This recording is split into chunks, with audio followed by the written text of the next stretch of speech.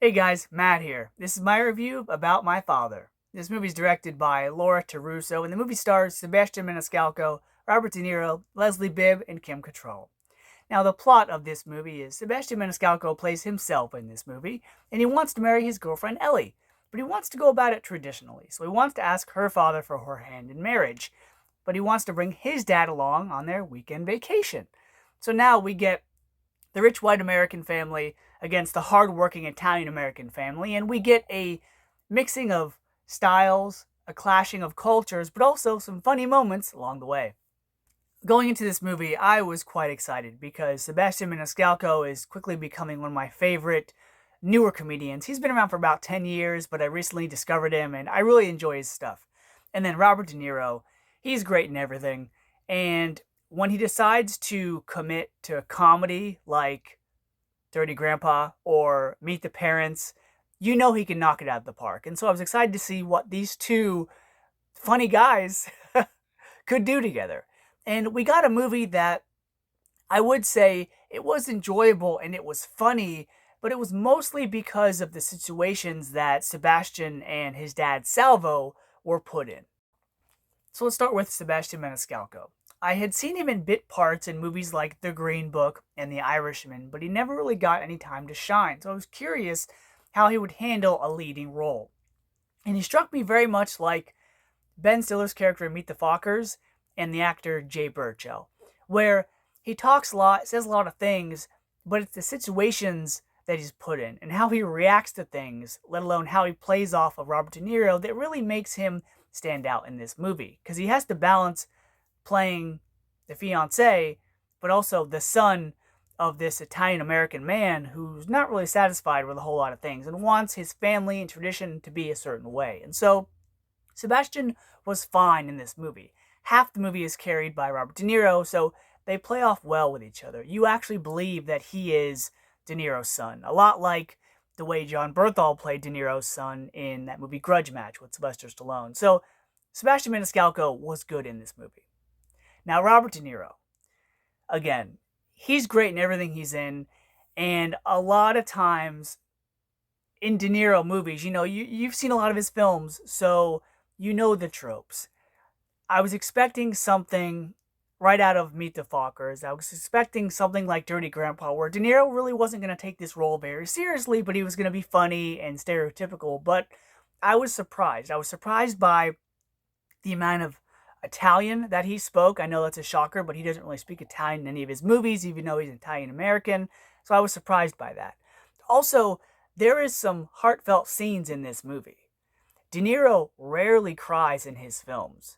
This is one of them. Silver Linings Playbook is another, and I'm forgetting the very few other movies that he's shed a tear in. But here, the scenes where him and Sebastian, have arguments, have conflicts, when there's drama, you believe it. And for a movie that De Niro really easily could have phoned it in, I'm glad he dedicated himself to this kind of movie. From the flashbacks where he's wearing wigs to just the scenes that he could have really just not been a part of or hammed it up.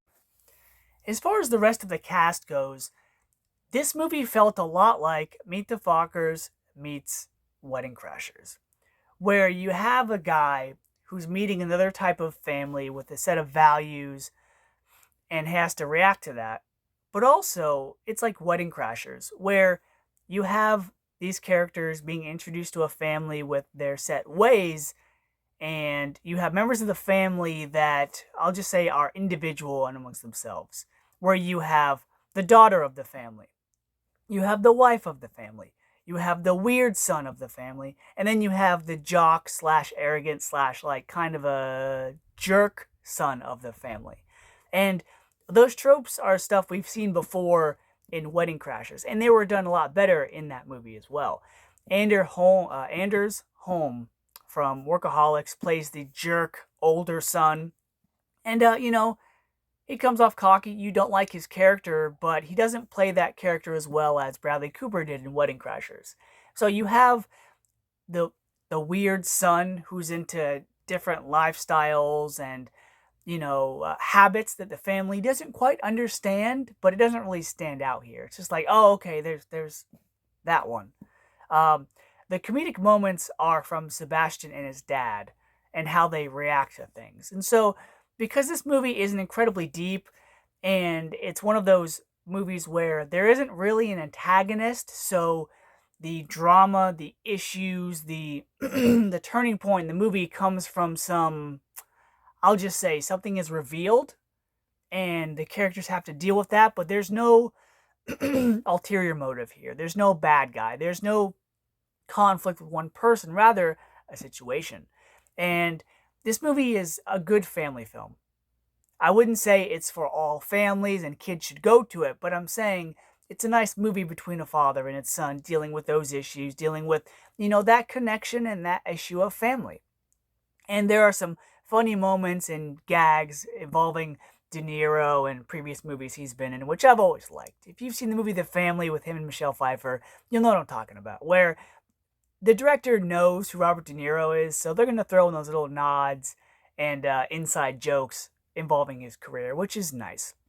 Also, Sebastian Maniscalco has a couple scenes where he's doing bits. He's doing parts of his stand-up in this movie, and it's like they took those jokes, put them in a room with him and De Niro, making fun of wallpaper, furniture, stuff like that. And so it's a fun time.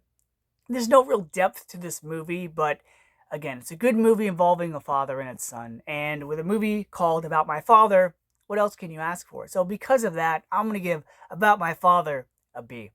So until next time, guys.